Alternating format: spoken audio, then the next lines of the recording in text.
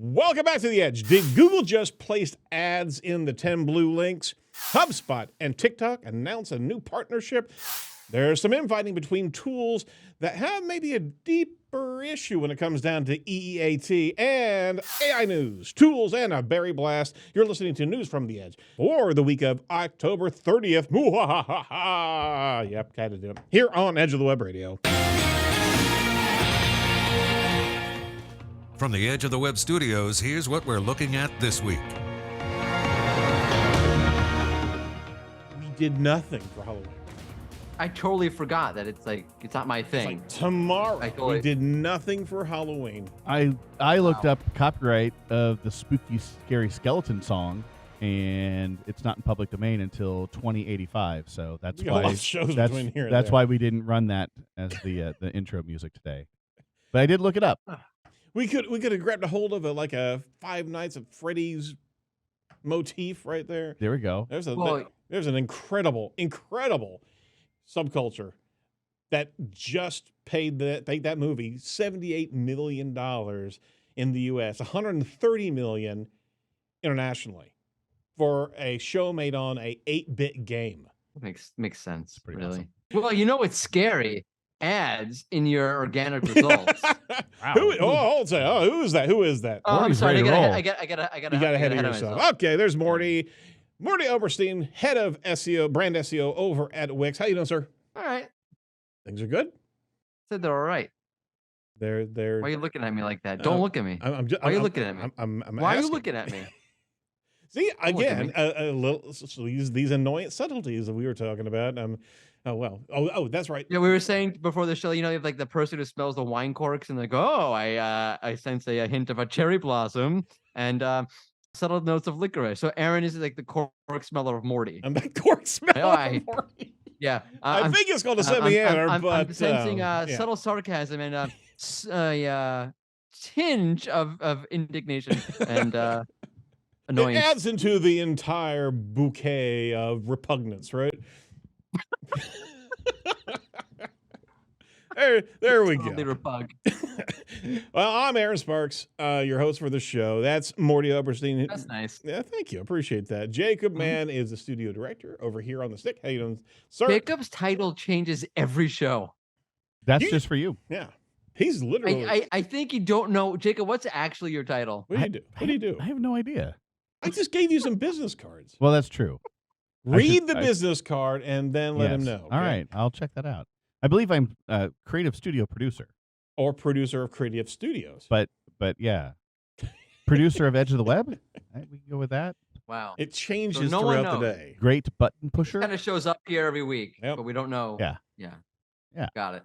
Also shows up. We show up with news and information about digital marketing and SEO. Thank you for joining all of us who's listening today. We're covering SEO? We are going to cover SEO. But before anything in the first 30 minutes?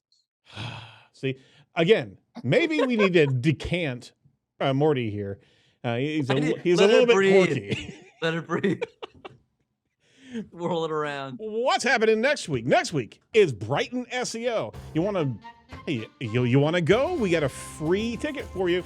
Meet the Edge team at Brighton SEO US, where we've teamed up with them, and we're giving away free tickets. You can go to, not getting a ticket to Brighton. You can have a ticket for the event, so we're not going to actually pay for your flight out there. But join us. We're giving away free tickets all the way up until November 2nd. That's a lot of tickets. That's a lot of tickets that you can grab up. Just go over to edgeofthewebradio.com/Brighton SEO, BRIGHTON SEO. Rules do apply. Don't ask me what the rules are. They're on the link. Sweepstakes ends November 2nd, 2023 at 11:59 a.m. Pacific Daylight Time. The winner will be selected by random draw under the supervision of the sponsor, Rough Agenda USA Limited. The winner will be notified within 3 days of the winning selection. Join us at the inaugural Brighton SEO event. Morty's going to be there as well. The Surf's Up team's going to be there. The Wix team's going to be there. Are you bringing beer this time? No, I don't think we're doing beer this time. Probably illegal in California, right? Well, you get away with it in London. What about weed? Can we bring weed? By the way, let's say you live in San Diego. Right. I know we're not paying for a ticket to San Diego, but we pay for an Uber to if you live there already. Oh wow. Yes. So like, let's say you wanted to rent like a city bike. If it's reasonable, we will Uber you if you're a San Diego resident. How about that? Yeah, why not?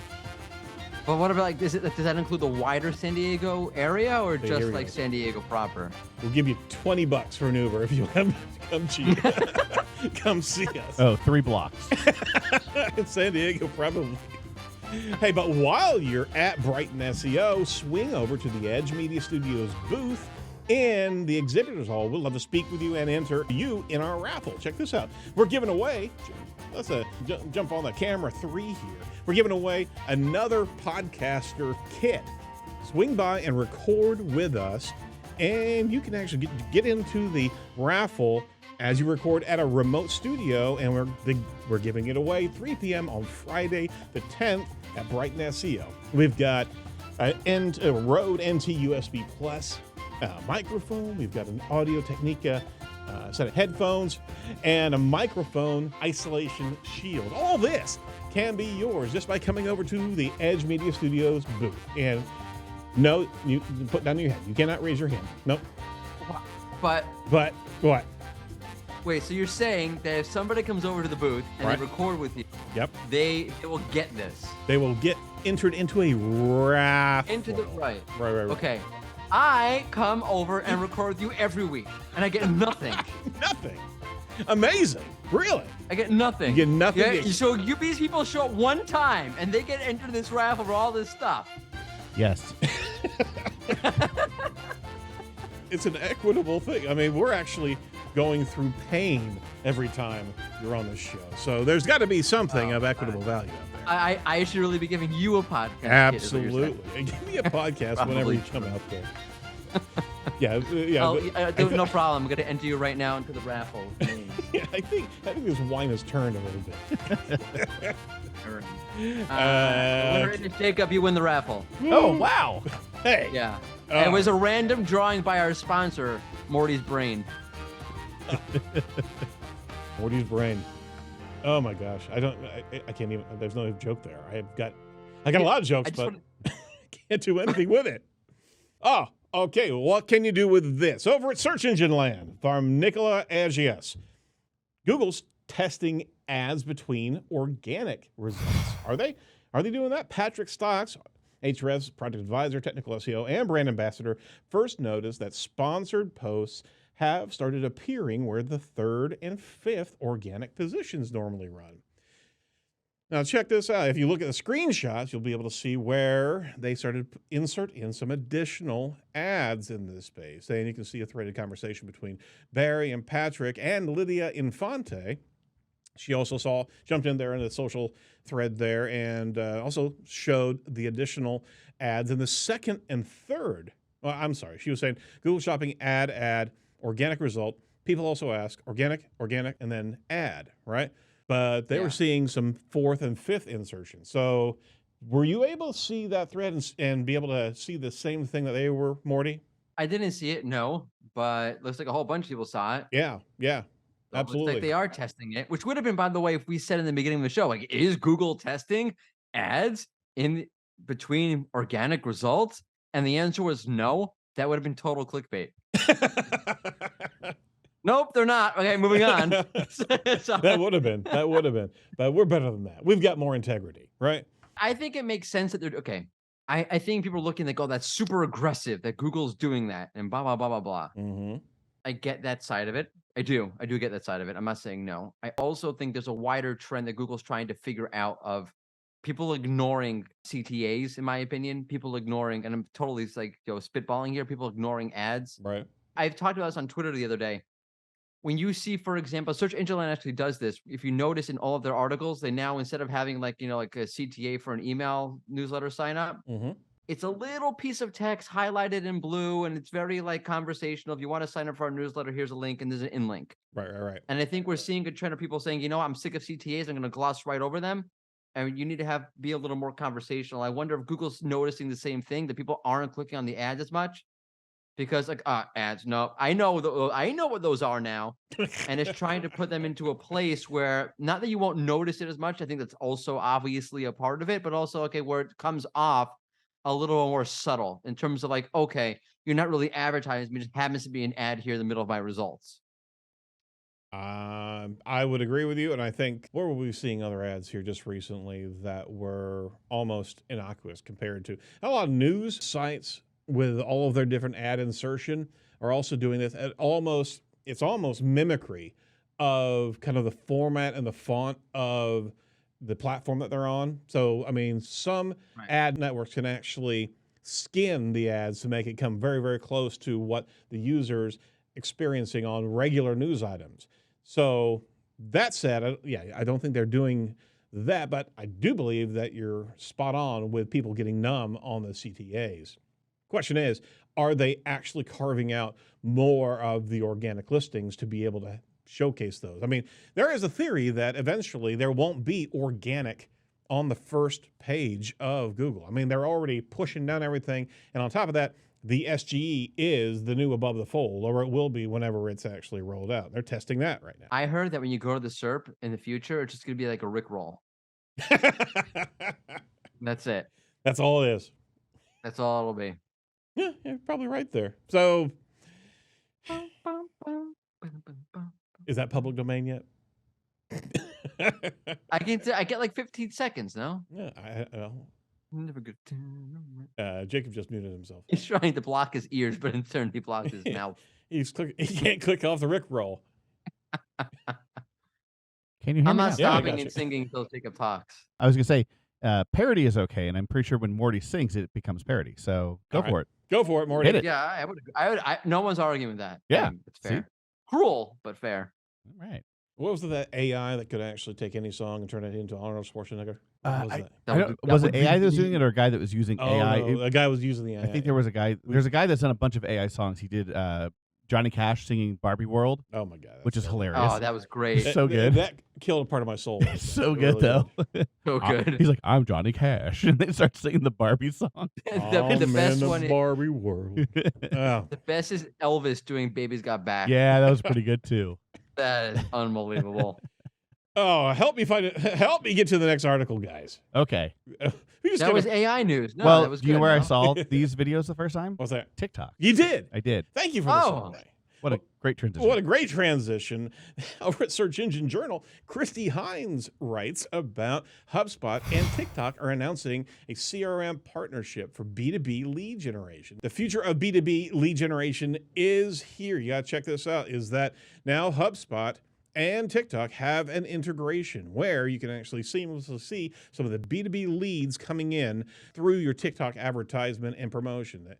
There's an integration for that. As many SMBs are actually facing increasing customer acquisition costs, right? And on top of that, third-party cookie issues that will be coming at us, that you'll be able to have much more of a tighter connection to your first-party collection of data by pulling it into the CRM.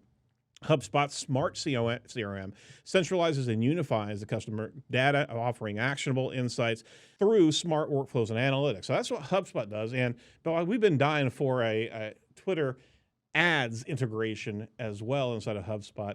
But sounds great that these platforms are able to pull in more and more data. Now, I'm not on TikTok.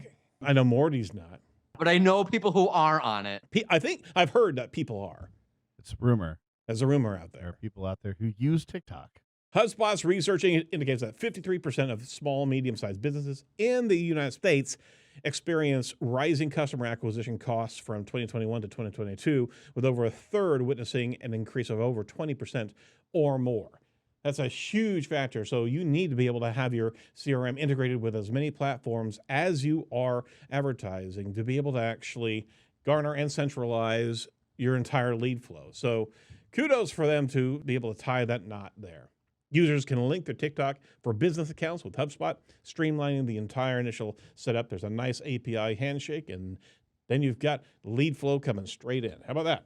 Sounds great. Have to give something for the TikTok audience or the TikTok advertisers out here. Do you think the TikTok people are listening to this podcast? It's digital marketing. It's not just SEO. It's people. We are old. We're curmudgeons. We're old curmudgeons.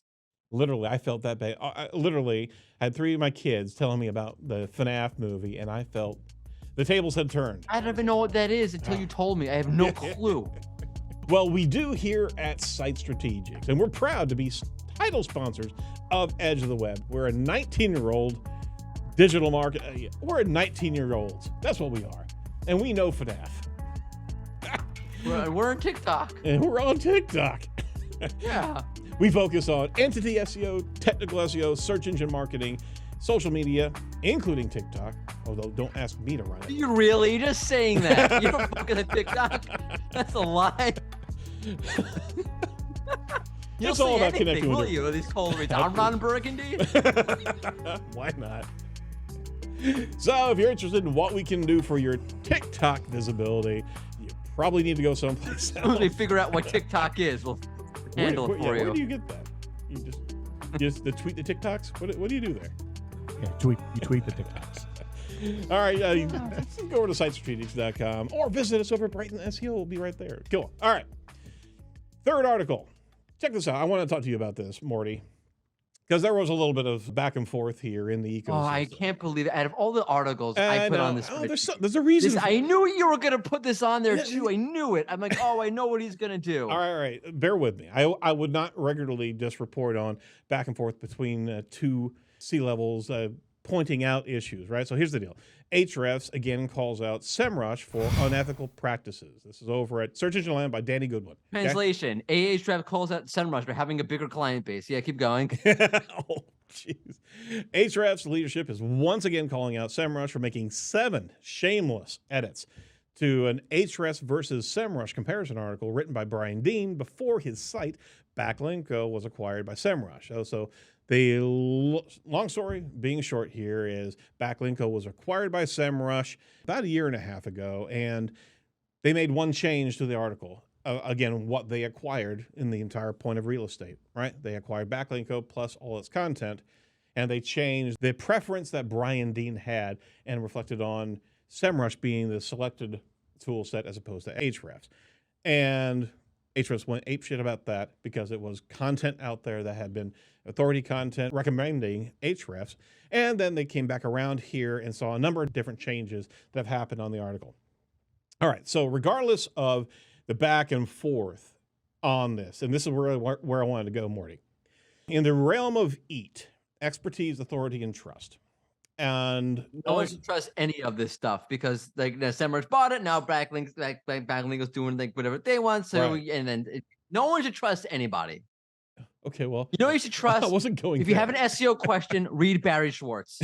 You can trust Barry. Listen. I wanted to talk about. All right. Okay. You had a issue just recently where your content disappeared from stolen. Yeah. By another SEO platform. So these guys are worse than the CMSs. There's a major issue of authenticity and integrity, right? Now, I'm just talking about screwing up your EAT signals, right? If you have an author and they're related to these articles and they're saying certain things, consistency of that information needs to be there. If it's not there and things are changed, there's a breakdown of the signals that Google can pay attention to and are seeing. So if your content or somebody else's content that's a subject matter expert in a field and it gets usurped and rearranged for the betterment for a purchasing company, right? Google's going to be seeing this. Google's understanding this, and that could be. He just holding up his hands, folks. I was trying to get it. I think this whole thing is so ridiculous. Okay, yeah, sorry. I'm just trying to give him a platform. No, that wasn't nice of me. I'm being an asshole. That's what I tasted. All right. Hints of assholeness. Pervasive through the entire body of the wine. That happened. My point being is that there's some major news that we're going to be covering here very, very quickly about Google's Knowledge Vault opening up and focusing on many more writers and understanding the writer entities that are out there. You've got to be careful about the relationship of the writer to what has been written. If you break that trust, that EAT signal is harmed. So that's where I wanted to go there. Is just okay, fine. I want to ask you, like, if I write an article 5 years ago and have an opinion, Right. it's perfectly okay for it to change over time. Things Yes. change, everything else, and I can rewrite that article and update it. If you purchase the site that has my article and you just go in and change my opinion for me without consulting with me, that's a problem. That is a problem. Also, there is also like a normal level of like bias in these things. Sure. Solidly so. Yeah. Right. So, right, like, okay, if AHREFs bought back Lingo, would they keep the SEMRush stuff? That's a legitimate question. I think a company buying it and just turning the articles off is fine, even if it's selective. We're going to find every article that is bad towards us or good towards our competitors and just shut them down. Right. That's fine.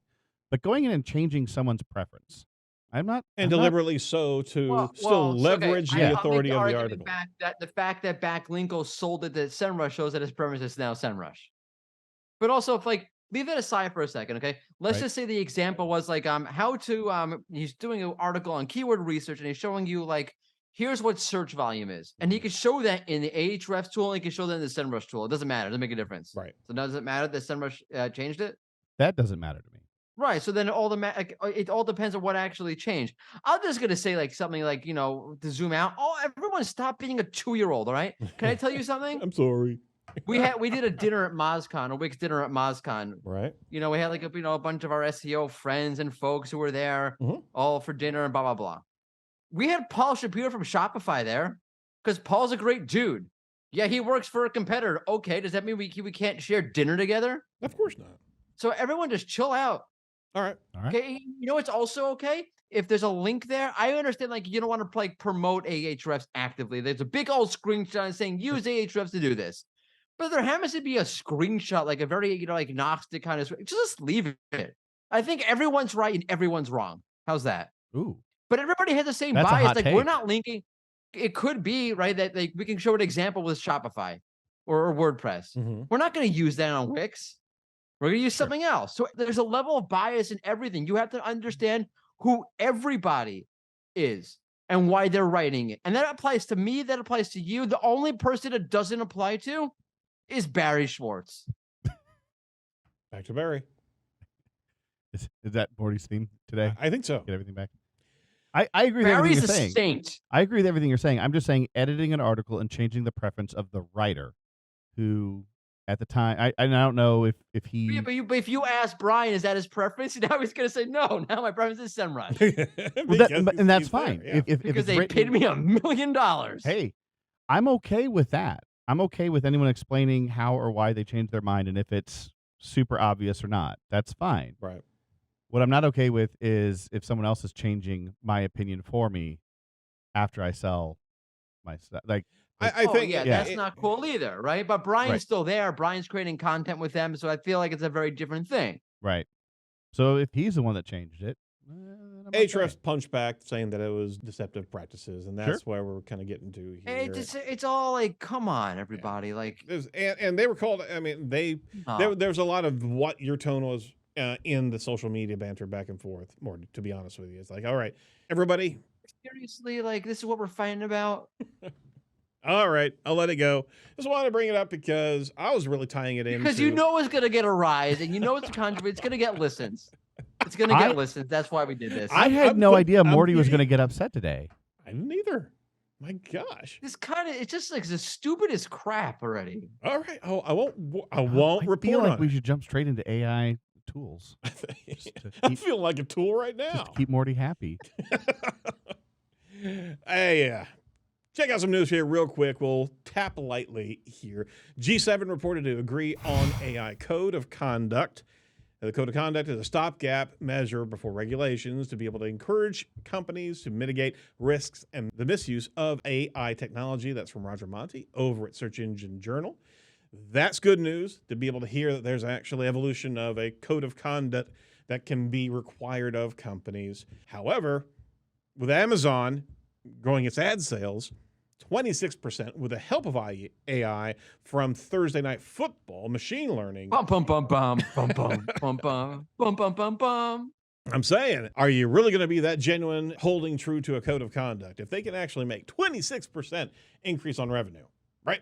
Well, they paid a lot of money for Thursday Night Football, and by the way, those games are crap. Like they're the worst games of the week. It like the Jets versus the Bears. I hated when they broke that away. I really did. Back in the day, I was actually a sports ball person. Yeah. I'm making stuff up. You're a sports ball person? Like backlink links to AHREFs, dude. Knew he was going to go there. I had to give something to him. All right. There is a new version of ChatGPT that gives access to all of the GPT-4 tools at once. That just got released here, and that's pretty sweet. However, some of the testing I was doing didn't show me that was actually working. So anyway, tools in ChatGPT that we're talking about for GPT-4, right, gives you the ability to analyze in an input image and actually generate new images from DALL-E 3. I just tested that, and it did not do that. I was scratching my head on that. ChatGPT-4's vision creates a report based on the generated image, and the report is saved as a downloadable CSV. That's new tools. And unfortunately, it's putting a few other of those AI tools that were add-ons out of business because all of a sudden now, this is doing what that thing was, those things were doing. So again, that's just going to be the ecosystem of AI. But here, check this out. At the end of our news here, Google. Remember we were talking about the UMG lawsuit against Anthropic? Well, Google just bet $2 billion with a B on the OpenAI competitor Anthropic. They just dropped $2 billion into this organization. I'm torturing him right now. I really am. Check it out. Drop it. Just drop it. He's done. You know what he's doing? He's doing a George McFly impression right now. All right. I'll give you 3 tools. All right. Pick one, and I'll go with it. Ooh, that's a good idea. So, Morty, you have to pick between ecold.ai, which is not an allergy. Really, I think it's ecold.ai. That's what it's called. Ecold.ai. That's the name. It's ecold.ai. It helps you generate hundreds of personalized lines of cold emails in seconds. Yep. You got that? We can talk about. Dear, I hope you're fine and fit. Talk about Morris.ai, which says never worry about video titles, descriptions, and tags again. Or it's creepy. We can talk about Gifter gift recommendations. This thing. Done. That one. I think was the best one I chose out of the bunch. That's actually a real use of AI, right? Whenever you need a gift. Do you know what, Bob? Okay, try it on your wife. See how it goes. Happy anniversary. I bought you a giant sock that's designed like a piece of bacon. How about that? No? Bought you a giant piece of bacon. Hope you don't keep kosher. Do you need help with that bacon? Happy anniversary. Do you need help? Do you need help there? Need some help eating that bacon? I'm just, it's for you. It's for you. I swear it's for you. Absolutely. You need help. That's the only one I thought that would be. I know how much you love beaver pelts, so here. Who doesn't? So trust in Gifter AI to be able to get your gift ideas for the coming holidays. We'll link to the other two that disagree with our choice of which actually, that would be a freaking funny episode of actually using AI to do all the gifting for the Christmas season. I like this. I mean, look, if it could actually get it right, which I have no confidence that it possibly could. Right. That'd be great. I hate, it's the worst figuring out how to buy these people. I think you should try it out and barely report like back them to us. or buy them gifts. Report back to us at Brighton. Tell us what you purchased. I bought you a free ticket to Brighton and a raffle ticket to a podcast kit. There you go. Happy anniversary, dear. All right. Well, you know what is a gift? Well, kind of, yes, still got to pay for it eventually. But you have 2 free weeks of InLinks. They're a sponsor of Edge of the Web, and they help you build entities into your website. No longer should you be going after keywords, and honestly, clusters are a little bit of a discussion point as well, but you need to map your knowledge graph on your website with entity definitions, semantic SEO, provided by an award-winning software in Entity SEO. Go over to edgeofthewebradio.com/InLinks today to claim your free InLinks account and start creating content that will outperform your competitors. All right, you asked for it. You asked for it, Morty. You went through the gauntlet here the today. Actual news? The actual news.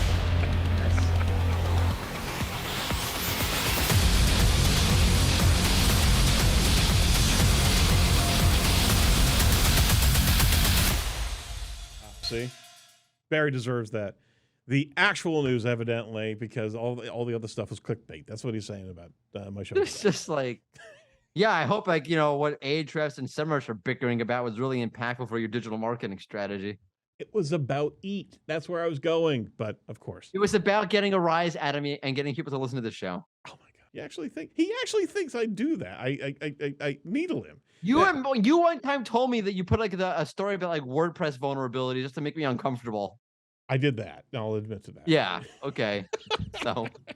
All right. Google rolls out. This is over at Search Engine Roundtable. Google rolls out about this and more SGE links. So we're obviously watching SGE and how it evolves over on the Search Labs side of things. This was actually very, very interesting. This is actually over at Search Engine Land, not Roundtable. Sorry about that. But it's Barry's article nonetheless. They're rolling out the About This Image feature. It was actually announced back in May and is also adding new links to the SGE AI-powered answers. So they got an actual screen grab there. And the About This 3-dot factor has been in the SERP for a very long time, just to be able to see the verification of what Google's actually doing to actually display and what sites it finds as authority to be able to display a particular piece of information. But here's the deal, is that those About This links are not the same links, right, that are on the actual SGE cards on the right-hand side, if I'm not mistaken there. Nobody got anything? But it is interesting. It's just great, by the way. I have an image here of you on LinkedIn. It says a version of this image is at least 5 years old. Mm-hmm. That's being nice. That's being helpful. Yeah, it's being very generous that this image of you was 5 years old, right? But it is great. First off, the fact that it can tell you if it's AI generated or not. That's awesome. That's amazing because, yeah, that's really important and really helpful. I'll tell you why. For example, in news stuff. So you see news stories, people are putting out AI images, right? Of pretending oh, this actually happened in the news. Right. Absolutely. And I've seen it on social media, on Twitter, whatever you want to call it now. Count the fingers. You see that it's wrong. It's got 8 fingers. Mm-hmm. So understanding whether something is an AI image is actually seriously important. So it's a big deal. Oh my gosh, I completely forgot about one news item that was out there. Actually, set myself a reminder for myself. Check this out, is that I don't have it in front of you guys, but check this out. There's a thing called Nightshade, because you just remind me about this. All right, over at VentureBeat. Heard about it. Yep. Yeah. Nightshade is a new tool allowing artists to poison AI models with corrupted training data. All right, so I don't have it in the article yet. I have to just take a swing at it here. A number of artists, entertainers, and performers, even record labels, even record labels, right, have filed lawsuits against AI companies. Well, what they're doing here is they're not filing lawsuits. They've been given a chance to fight back using tech. So MIT Technology Review got an exclusive look at a new open source tool still in development called Nightshade, which can be added by artists to their imagery before they upload it to the web, altering pixels in a way invisible to the human eye, but that poisons the art for any AI model seeking to train on it. From an image standpoint, just talking about images and Google being able to sense that, now we actually have the ability to affect images and content, right, with AI poisoning. So we're poisoning robots now? That doesn't sound... That's how you get Skynet. Do you want Skynet? That's how you get Skynet. That's how you get it. They're tired of being poisoned. Well, I'll show you. You try to poison me? I thought it was really cool. It is. It is kind of cool. I don't get it. I don't understand how you. Yeah, I want to. I don't know. I want to understand it better. Yeah, that was my next sentence. Because I have no clue how this this sounds cool. I have no idea what the hell you're talking about. Because I would think the easy way around it for me would just be, well, if AI were to take a screenshot of it and then evaluate the screenshot, that's the easiest way to get rid of someone's copyright and metadata and everything else, right? Is you pull up the image on your screen, and instead of downloading it, you just screenshot it. There's some loss there and everything else, but I would think that'd be the easy. I don't know. I want to see how it works. So the example they gave was, in the case of Nightshade, the counterattack for artists against AI goes a bit further. It causes AI models to learn the wrong names of the objects and scenery they're looking at. For example, the researchers poisoned images of dogs to include information in the pixels that made it appear to an AI model as a cat. Okay. After sampling and learning from just 50 poisoned images sample, the AI began generating images of dogs with strange legs and unsettling appearances. After 100 poison samples, it reliably generated a cat when asked by a user for a dog image. After 300, any request for a dog returned a perfect-looking cat. I still don't get it. So back to SEO. Super interesting. It is interesting. All right, so Google provides signs that you're writing unhelpful content. Check this out. Google's search liaison, Danny Sullivan, has provided examples of unhelpful content types. He also provided examples of strategies writers may use to write unhelpful content. Unhelpful content. As a reminder, the general line of what is helpful content to Google is when you write to have that content rank well in search, but not for your end users. And we've heard this time and time again now of writing to search ranking is not what Google's looking for. It's looking for authentic content. So Danny Sullivan actually gave a number of key pieces of strategies that people are using still to be able to game the system and generate it via AI and unhelpfulness, right? So they're not giving you a score. However, if you look at webmasters over at Bing, they actually do give you unhelpful scores in the webmasters toolset over there. That's actually really interesting. I can't wait until we see that over at Google Search Console. I don't know if I think Danny's right. If he had a score like that, it'd just be like DA. Oh, here's my score. So it's cool. And how do you even give a score? That seems. Yeah, you can't really do that. I feel like you're trying to quantify the unquantifiable. It's quality score. How do you assign a score to it? You really can't. You really can't. No, you have to just, you see it, it's good content, which is why it's hard for Google to get quality content right, because it's qualitative. It's quality. Literally, it's what it's called. It's called quality content. It's a qualitative metric. It is. We just had a news flash here today discussing, or about to drop it right after the news here, about the new entities that were released via the Knowledge Vault back in July that are affecting September core updates.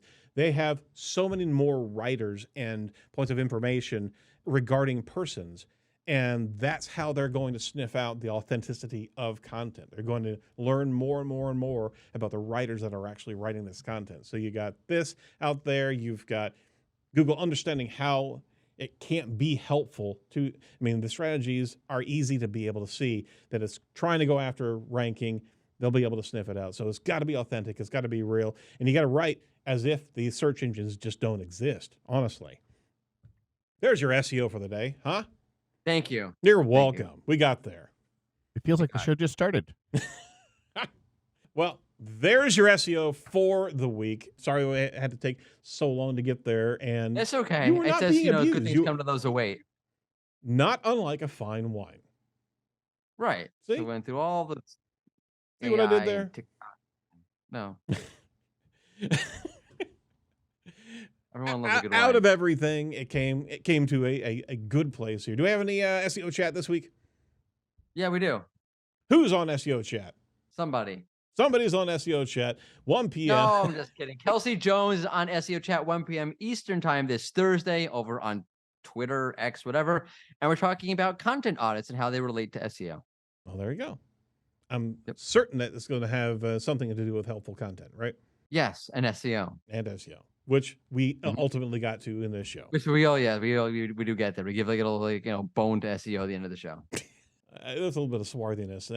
I'm taking that the finish is just not. And in the back of the palate, I feel the. All right. If you want to see the swarthiness in person, go over to Brighton SEO US in San Diego. Meet us next week. Gonna have a great time out there. Thanks for playing, Morty, and we wish you all the best. We'll talk to you a little bit later on this week. Yep. Sounds good. Maybe. All right. Hopefully. Sounds good to me. All right. Appreciate it. We promise we won't do anything clickbaity on our next meeting. Thank you. Maybe I have to change the headline there. No, he's in control of it. All right, that's it. That's the Edge this week. Thanks so much for listening, and check out our Edge Flash that's dropping tomorrow, as well as the second part of our Lydia Infante interview. It was a fantastic one. Boy, she is fun. Be sure to like, comment, and subscribe to YouTube so you can check it out and see what we're doing on the video side of this. But if you're really liking what we're hearing, we didn't mean to abuse Morty. It wasn't the case. But you can go over to ratethispodcast.com/edge today. Let us know how we did. From all of us over at Edge, stay safe, stay well, and do not be a piece of cyber driftwood. We'll see you next week in San Diego. Bye-bye.